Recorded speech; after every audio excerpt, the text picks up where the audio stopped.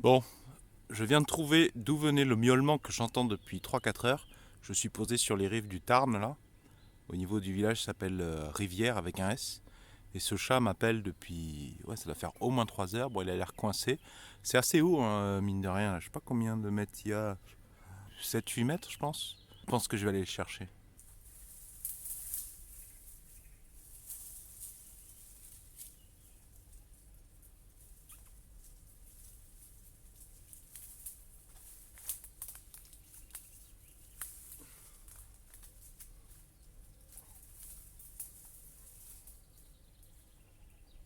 Eh ben non, finalement, j'ai pas sauvé le chat. Alors, laissez-moi vous expliquer ce qui s'est passé, pardon.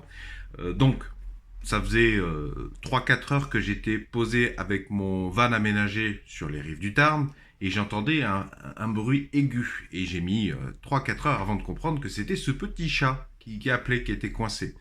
Et donc, comme vous voyez à l'écran, j'ai essayé de monter et puis je me suis dit, bon, Olivier, t'es tout seul, tu connais pas l'endroit, t'es loin d'une ville, t'as pas de quoi te vacher, c'est-à-dire t'as pas de corde pour te mettre autour de toi pendant que tu vas monter, t'as aucun système d'assurance.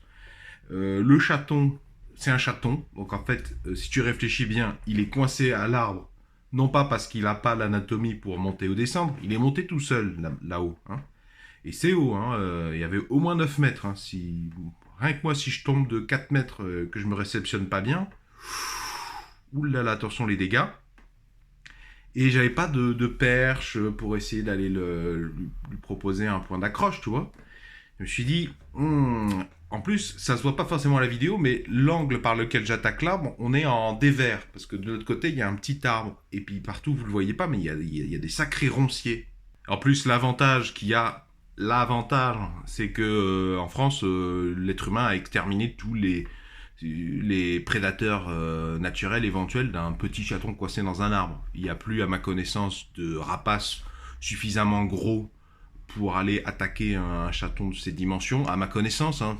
Si vous pensez qu'un aigle ou une buse éventuellement qui passerait par là pourrait s'y intéresser, bah dites-le moi dans les commentaires si vous êtes naturaliste aguerri, si vous avez déjà vu ça. Et il n'y a pas non plus de panthères. En France, on a les genettes qui en plus ont été introduits, si j'ai bien compris, il y a des siècles. Mais les genettes, à ma connaissance, elles s'attaquent qu'à des choses plus petites qu'elles. Je vois mal une genette à peine aussi gros qu'un chat s'attaquer à un chaton. Donc j'ai laissé tomber et je me suis dit, il est monté.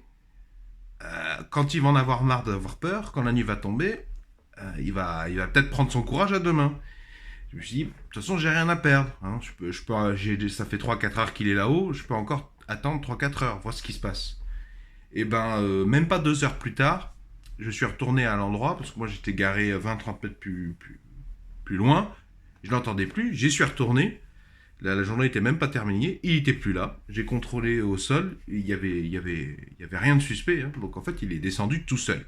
Alors je me suis dit, tes images sont pas très impressionnantes, mais je vais faire un message de prévention parce que je pense qu'il y a des jeunes qui, portés par leur testostérone, portés par l'envie de bien faire, pourraient mettre leur vie en danger pour un petit chaton.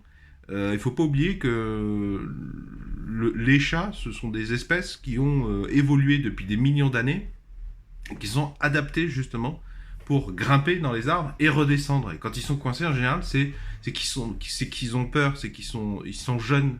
C'est un problème mental. Donc voilà, je fais ce message de prévention. Ne te mets pas en danger, réfléchis à deux fois pour un chat. Hein. Moi j'adore les chats, c'est très mignon les chats, mais c'est pas parce qu'ils miaulent d'une manière particulièrement touchante et horrible depuis 3 heures qu'il est véritablement en danger.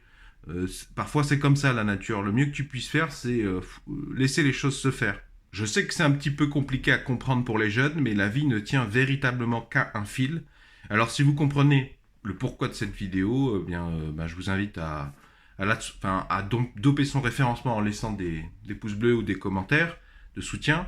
Et puis vous pouvez l'envoyer à des jeunes, à des adolescents, à des jeunes adultes en prévention, quoi. Parce qu'il y a beaucoup de vidéos sur YouTube de gens qui sauvent des cannes, des canards, des petits chats qui sont abandonnés sur l'autoroute, tout ça, c'est très mignon. Mais pour une personne où ça se passe bien, je pense qu'on ne te montre pas les gens qui ont essayé de sauver un petit chat sur l'autoroute et qui se sont fait percuter par un poids lourd à 90 km/h. Si je peux contribuer à mon échelle à inciter quelqu'un à réfléchir avant d'agir et à pas mettre sa vie ou celle de sa famille en danger, tant mieux.